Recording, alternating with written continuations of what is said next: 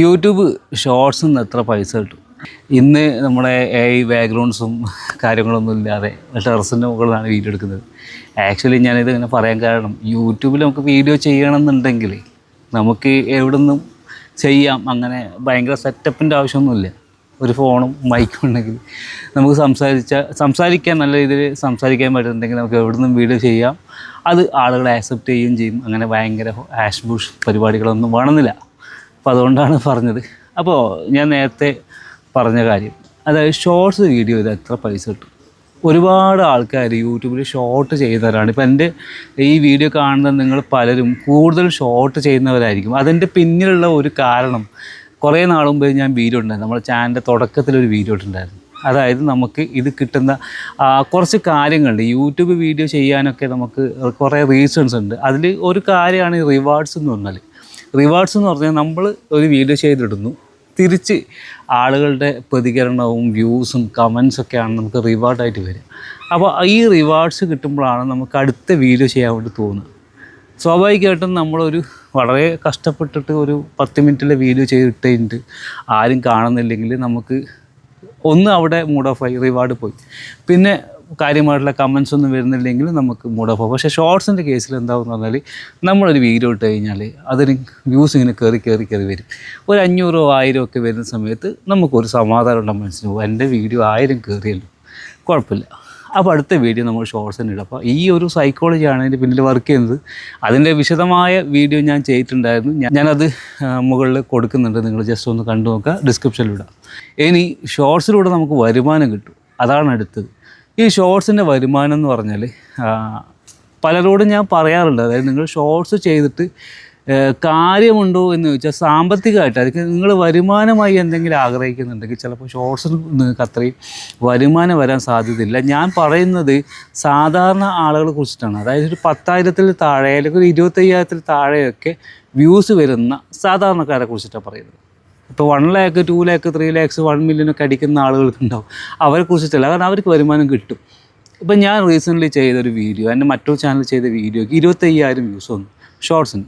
അങ്ങനെ ഞാൻ അതിൻ്റെ റവന്യൂ എടുത്ത് ചെക്ക് ചെയ്തപ്പോൾ എനിക്ക് വന്നത് 0.01 ആണ്. അതായത് അതിനിപ്പോൾ എങ്ങനെ പറയാതെ എനിക്കറിയില്ല, അത് ഒരു 0.1, അതായത് 25,000 വ്യൂസ് എനിക്ക് വന്നിട്ട് എനിക്ക് കിട്ടിയത് 0.25 ആണ്. അതായത് $1 പോലും തികച്ച് കിട്ടിയില്ല. അതായത് നമ്മൾ ഇവിടുത്തെ ഒരു 80 രൂപ കിട്ടിയാൽ 80 രൂപ പോലും തികച്ച് കിട്ടിയില്ല 25,000 വ്യൂസ് വന്നിട്ട്.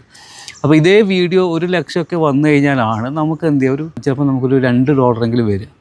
ഈ രീതിയിലാണ് ഷോർട്സിൻ്റെ റവന്യൂ വരുന്നത്. പിന്നെ നമ്മുടെ ടോപ്പിക്കിനനുസരിച്ചിട്ട്, എൻഗേജ്മെൻറ്റിനനുസരിച്ചിട്ട് ചിലപ്പോൾ ഇതിൽ മാറ്റങ്ങൾ വരാം ഈ പൈസയിൽ. അതായത് 0.01 എല്ലാവർക്കും ഉണ്ടാവണമെന്നില്ല, ചിലപ്പോൾ കൂടുതലും വന്നിട്ടുണ്ടാവും. അപ്പോൾ ആർക്കും അങ്ങനെ വന്നിട്ടുണ്ടെങ്കിൽ നിങ്ങൾ പറയാം എത്രയാണ് നിങ്ങൾക്ക് കൂടുതൽ കിട്ടിയ പൈസ എന്നുള്ളത് പറയാം. അപ്പോൾ ഇതാണ് ഷോർട്സിൻ്റെ കാര്യം. പിന്നെ ഈ ഷോർട്സ് വഴി എന്താ ചെയ്യാൻ പറ്റുമെന്ന് പറഞ്ഞാൽ, ഷോർട്സ് വഴി നമുക്ക് സബ്ബ് വരും, പിന്നെ മറ്റ് വീഡിയോസിനും ചിലതിനൊക്കെ വ്യൂസും വരും. പക്ഷേ നമ്മൾ സ്ഥിരമായിട്ട് ഒരു പരിധിയിൽ കൂടുതൽ ഷോർട്സ് ഇടാമെന്ന് വിചാരിച്ചു. അപ്പോൾ അങ്ങനെ ഷോർട്സ് ഇട്ട് പോകുന്ന സമയത്ത് എന്താ പ്രശ്നം എന്ന് പറഞ്ഞാൽ, നമുക്ക് ഈ അനലറ്റിക്സ് എടുത്തു കഴിഞ്ഞാൽ കാണാം, ഷോർട്ട് ഫീഡായിരിക്കും ഏറ്റവും കൂടുതൽ വന്നിട്ടുണ്ടാവുക. അപ്പോൾ ഷോർട്ട് ഫീഡ് വഴിയാണ് നമുക്ക് ഏറ്റവും കൂടുതൽ വ്യൂസ് വരുന്നതെങ്കിൽ, നമ്മൾ ലോങ് വീഡിയോ ഇട്ട് കഴിഞ്ഞാൽ എന്ത് ചെയ്യില്ല, അൽഗോരിതം അതിലധികം ഡിസ്ട്രിബ്യൂട്ട് ചെയ്യില്ല. അതായത് ആളുകളിലേക്ക് എത്തിക്കുന്നത് കുറയും. അപ്പോൾ ആളുകൾ കാണുന്നതും ഇൻട്രാക്ട് ചെയ്യുന്നതൊക്കെ കുറയുമ്പോൾ എന്ത് ചെയ്യും, നിങ്ങളെത്ര വീഡിയോസ് പിന്നെ മെയിൻ വീഡിയോ, അതായത് ലോങ് ഉള്ള വീഡിയോ ഇട്ട് കഴിഞ്ഞാലും ചിലപ്പോൾ അത് കയറിപ്പോകില്ല. അപ്പോൾ അങ്ങനെ ഒരു പ്രശ്നം ഈ ലോങ് വീഡിയോയും ഷോർട്ടും ഒരുമിച്ചിടുന്ന ചാനലുകൾ കാണുന്നുണ്ട്. അപ്പോൾ രണ്ടും കൂടി ഈക്വലായിട്ട് കൊണ്ടുപോകുന്നതിന് കുഴപ്പമില്ല. എന്നാൽ കൂടുതൽ ഷോർട്സ് ഇട്ട് കഴിഞ്ഞാൽ എന്ത് ചെയ്യും, ഈ പറയുന്ന ലോങ് വീഡിയോൻ്റെ ആ ഒരു വ്യൂസ് കുറഞ്ഞിട്ടാണ് കാണുന്നത്. ഇന്നലെ എൻ്റെ വീഡിയോയിൽ ആരോ കമൻറ്റ് ചെയ്തു, നിങ്ങളുടെ ചാനലിൽ ഷോർട്സിനൊക്കെ വ്യൂസ് വളരെ കുറവാണല്ലോ എന്നൊക്കെ പറഞ്ഞിട്ട്. ആക്ച്വലി ഞാൻ മനഃപൂർവ്വം തന്നെ ഷോർട്സ് ഇടാത്തതാണ്, ഈ ഒരു പ്രശ്നം കൊണ്ടാണ് ഇടാത്തത്. പക്ഷേ നിങ്ങൾക്ക് ഇതിൻ്റെ ഒരു നെഗറ്റീവ് എഫക്റ്റ് കാണാം. നേരത്തെ ഞാൻ പറഞ്ഞതിൻ്റെ തന്നെ നേരെ ഓപ്പോസിറ്റ് എഫക്റ്റ് കാണാം. എൻ്റെ ലോങ് വീഡിയോ കയറിപ്പോകുന്ന സമയത്ത് ഷോർട്ട് വീഡിയോൻ്റെ വ്യൂസ് വളരെ ഡൗൺ ആയിട്ട് വരുന്നത് കാണാം. അപ്പോൾ ഇത് രണ്ടും തമ്മിലൊരു പ്രശ്നമാണത് ആക്ച്വലി. എന്നാൽ ചില ആളുകൾക്ക് കയറിപ്പോകും. പിന്നെ ആർക്കാണ് ഈ ഷോർട്സും ഇതൊക്കെ എങ്ങനെ ഉപകാരപ്പെടാമെന്ന് പറഞ്ഞാൽ, അത്യാവശ്യം നല്ല രീതിയിൽ ഇൻഫ്ലുവൻസറായ ഒരാൾ ഷോർട്ട് ഇട്ടാലും അത് കാണാൻ ആൾക്കാരുണ്ടാവും, ലോങ് വീഡിയോ ഇട്ടാലും കാണാൻ ആൾക്കാരുണ്ടാവും.